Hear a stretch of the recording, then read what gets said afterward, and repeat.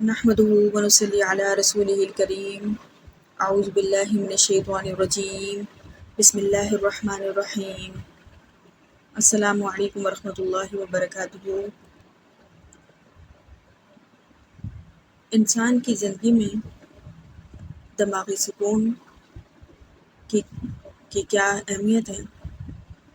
دماغی سکون حاصل کرنے کے بارے میں قرآن کیا کہتا ہے؟ سکون حاصل کرنے کے جائز ذرائع کیا ہیں؟ ہم اس ویڈیو میں ڈسکس کریں گے۔ سب سے پہلی بات، دماغی سکون کسی بھی انسان کے لیے بہت ضروری ہے، کسی بھی انسان کی نفسیاتی صحت کے لیے نہایت ضروری ہے، اور یہ سکون برباد ہوتا ہے غلط رویوں سے، بری باتوں سے اور اکثر لڑائی جھگڑوں سے۔ آپ صلی اللہ علیہ وسلم کا فرمان ہے، اچھی بات کہنا بھی صدقہ ہے۔ یہیں سے معلوم ہوتا ہے کہ غلط جملے، غلط الفاظ انسان کو ٹارچر کرتے ہیں، پھر اس طرح سے اس کی ذہنی صحت متاثر ہوتی ہے، اور متاثرہ شخص یعنی دماغی مریض اپنی زندگی کے مختلف شعبہ جات میں مکمل اور مؤثر کارکردگی نہیں دکھا پاتا، معاشرے میں کوئی تعمیراتی کام نہیں کر پاتا۔ ہمارے ہاں لبرلز نے الفرائڈ سے یہ سبق سیکھ لیا کہ انسان کو ڈوپامین چاہیے،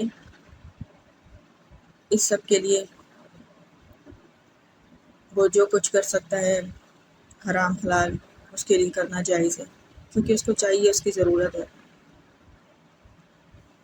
لیکن انہوں نے یہ نہیں سیکھا کہ اس نے یعنی الفرائڈ نے یہ تصور قرآن سے ہی لیا ہے، اور قرآن پر ہی تحقیق کر کے وہ اس نتیجے پر پہنچا ہے کہ انسان کو مناسب مقدار میں ڈوپامین چاہیے، جیسا کہ فرمان باری تعالیٰ ہے، وَمِنْ آيَاتِهِ أَنْ خَلَقَ لَكُم مِّنْ أَنفُسِكُمْ أَزْوَاجًا لِتَسْكُنُوا إِلَيْهَا، یعنی کہ اور ہماری آیات میں سے ایک آیت یہ بھی ہے کہ ہم نے تمہارے لیے جوڑے بنائے تاکہ تم ان سے سکون حاصل کرو۔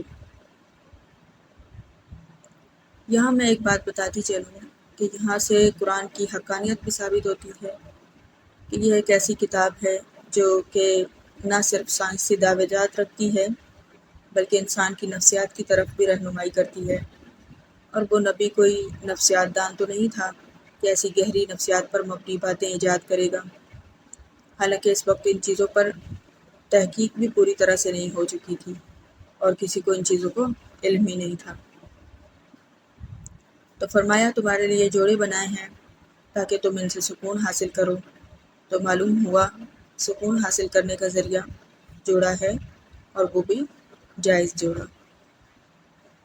ایک اور جگہ ارشاد پاک ہے، فرمایا اللہ تعالیٰ فرماتے ہیں، الا بذکر اللہ تطمئن القلوب، دلوں کا اطمینان تو صرف اللہ کے ذکر میں ہے۔ معلوم ہوا کہ دل کا اطمینان یعنی سکون قلب کا تعلق اللہ کے ذکر سے ہے۔ آپ نے دیکھا ہوگا مجذوب ہو کی صداؤں کے ساتھ مشغول و مدہوش ہوتے ہیں۔ خود میں جب تسبیح اٹھا لوں تو ایسا لگتا ہے جیسے کسی نے سر پر ہاتھ رکھ دیا ہو۔ حقیقتاً سکون قلب محسوس ہوتا ہے۔ اس سکون کو نماز میں محسوس کیا جا سکے یا نہ کیا جائے، لیکن جب کبھی نمازی آدمی کسی وجہ سے نماز نہ پڑھ سکے تو بے سکونی محسوس ہوتی ہے، بے چینی محسوس ہوتی ہے۔ بندہ سوچتا ہے کہ نماز پڑھوں، اللہ سے ملاقات کروں۔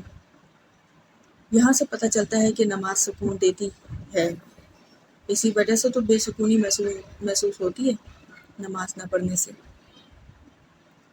لیکن ہمارے ہاں لبرلز نے قرآن کے حکم کو تو یکسر پس پش ڈال دیا ہے، اور الفرائڈ کا دامن تھام کر ڈوپامین کی رٹ لگاتے ہیں، حالانکہ اتنی مقدار چاہیے ہی نہیں انسان کو جتنا راگ علاوہ جاتا ہے۔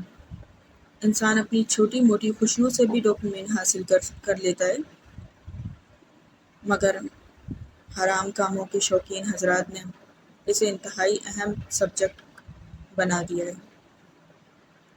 حالانکہ حرام کاموں سے یہ ہارمون حاصل کرنا نقصان دہ ہے، کیونکہ ایسی صورت میں اس کی مقدار بڑھتی رہتی ہے اور مقدار کی زیادتی انسان کو ذہنی مریض بنا دیتی ہے، اور ایسا ذہنی مریض سیاہ و سفید حرام حلال سے نابلد ہو جاتا ہے، اس کو کچھ حرام حلال نہیں نظر آتا۔ ایسا انسان سخت دل اور بد دل ہو جاتا ہے، حساسیت یا تو ختم ہو جاتی ہے یا حد سے زیادہ حساس ہو جاتا ہے، قوت فیصلہ ختم ہو جاتا ہے اور ہمیشہ کشمکش کا شکار رہتا ہے۔ تو جیسا کہ میں کئی بار کہہ چکی ہوں، قرآن ایک مکمل ضابطہ حیات ہے۔ ہمارے روزمرہ کے ہر مسئلے کا حل قرآن میں موجود ہے، تو ہمیں کیا ضرورت ہے غیر سے پوچھنے کی؟ وہ تو لادینی پر پرکھ کر بتا دے گا، حالانکہ کانسیپٹ اس نے بھی قرآن سے لیا ہوگا۔ تو ہم بھی قرآن سے ہی پوچھ لیتے ہیں کہ قرآن اس معاملے میں کیا کہتا ہے۔ اللہ تعالیٰ ہمیں سیکھنے، سوچنے سمجھنے کی توفیق عطا فرمائے۔ وآخر دعوانا الحمد للہ رب العالمین۔ جزاک اللہ خیر۔